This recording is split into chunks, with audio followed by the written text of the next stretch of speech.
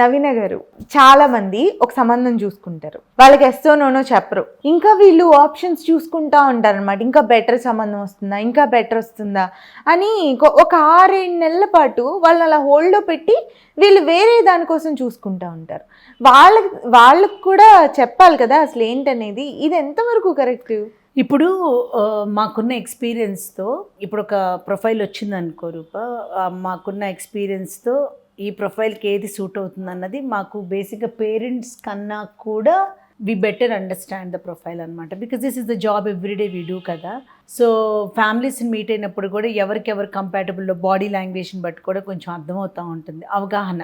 అవును, ఇప్పుడు మీట్ చేసినప్పుడు ఇప్పుడు నువ్వు ఫ్రెండ్ సర్కిల్లో నీకు ఒక సెట్ ఆఫ్ ఫ్రెండ్స్ ఉంటారు, ఉన్నప్పుడు వీళ్ళ ఇంట్లో ఒక బాబు ఉన్నాడు, వాళ్ళ ఇంట్లో ఒక పాప ఉందంటే వీళ్ళిద్దరు మెంటాలిటీకి సెట్ అవుతుందని నువ్వు ఆలోచిస్తావే తప్ప just because there is a boy there is a girl you don't propose. Correct. ఇప్పుడు మేము కూడా ఏంటంటే ఒక ప్రొఫైల్ వచ్చిందంటే వాళ్ళకి తగ్గవి 100sలో ఉంటాయి data, volume of data is very much more with us. So ఆ 100లో ఉన్న ప్రొఫైల్స్లో నుంచి మేమే ఫిల్టర్ చేసుకుని ఇన్ ఆల్ పారామీటర్స్ ఒక 4-5 తీసి వి సజెస్ట్ దెమ్.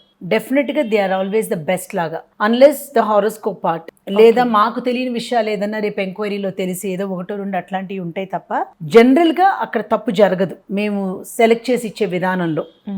కానీ పేరెంట్స్ ఏంటంటే ఇప్పుడే కదా మొదలు పెట్టాము, ఇంకా బెటర్ దొరుకుతుందేమో, ఇంకేమన్నా బెటర్ ఆప్షన్స్ వస్తాయేమోనని చెప్పి ఇది వదులుకోవటానికి మనస్కరించదు. కానీ అలానే కమిట్ అయిపోవటానికి కూడా ఏమన్నా తప్పు చేసేస్తున్నామా, why are we going for saying yes just ఒక్కటి చూసి ఇప్పుడే కదా మొదలు పెట్టాము. వాళ్ళు కూడా ఎలా అనుకుంటారంటే మేమేదో ఫోర్స్ చేసి పెళ్లి చేసేద్దాం అనుకుంటారు, కానీ బట్ ఇట్స్ నాట్ ట్రూ.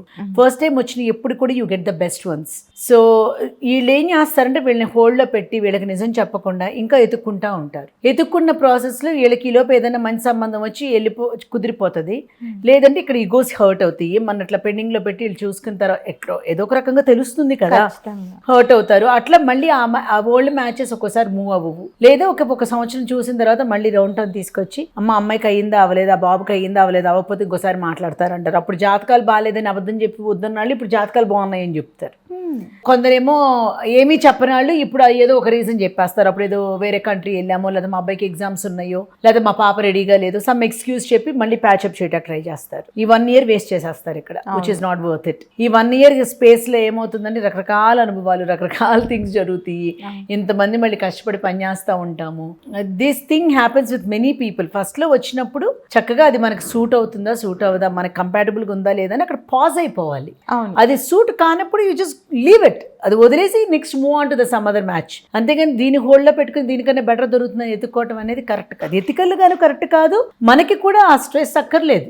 అవును, వాట్ ఈస్ ద లిమిట్, అసలు దానికి లిమిట్ ఏంటి? ఏదో ఒక పాయింట్లో కాంప్రమైజ్ అయ్యి కదా వెళ్ళాలి మ్యాచెస్ అన్న తర్వాత which point is worth to compromise అన్నది అది మనం చెక్ చేసుకుని దాని ప్రకారం వెళ్ళిపోవటం అనేది కరెక్ట్. కానీ వీళ్ళు ఇలా తిరుగుతూ చూస్ చేసుకుంటూ ఉండి మళ్ళీ ఆ సంబంధం కోసం రావాలంటే ఈ మధ్యలో నలగాల్సింది మీరు కదా. అది కూడా కాదు రూప, మేము చాలా మందికి ఏం చెప్తామంటే పిల్లలకి లేటుగా మొదలు పెట్టినా పర్వాలా, బట్ మొదలు పెట్టాలి అనుకున్నాక అది నువ్వు 20 ఏళ్ళకి మొదలు పెడతావా, 30 ఏళ్ళకి మొదలు పెడతావా సంబంధాలు చూడటం అరేంజ్డ్ మ్యారేజెస్లో, వన్స్ యూ స్టార్ట్ దాన్ని ఎంత త్వరగా కుదిరితే అంత త్వరగా ఫినిష్ చేసుకునేలాగా ప్లాన్ చేసుకోవాలి. సీరియస్నెస్తో దానిలోకి దిగాలి సంబంధాలు ఎతకటం అనే దాన్ని.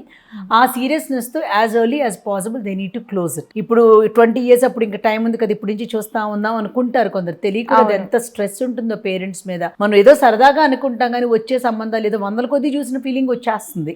రెండోది 10 మందిలో ఒకటి ఇది ఎప్పటి నుంచో చూస్తున్నారన్న ఒక టాక్ వెళ్ళిపోతుంది, కుదరట్లేదు ఇన్నాళ్ళ నుంచి చూస్తున్నారు మాట పడిపోతుంది. మనం ఫినాన్షియల్ గా కానీ పిల్లలతో మాట్లాడిన తర్వాత కానీ అన్ని విధాలుగా రెడీగా ఉన్నప్పుడు ఎప్పుడైతే మొదలు పెట్టాలనుకుంటున్నామో మొదలు పెట్టిన తర్వాత దాన్ని ఒక సీరియస్ ప్రాజెక్ట్ లాగా తీసుకుని as early as possible you need to close the subject and మంచి సంబంధం చూసుకుని ఫినిష్ చేసుకోవటం ఎప్పుడు కూడా కరెక్ట్. అవును, రైట్.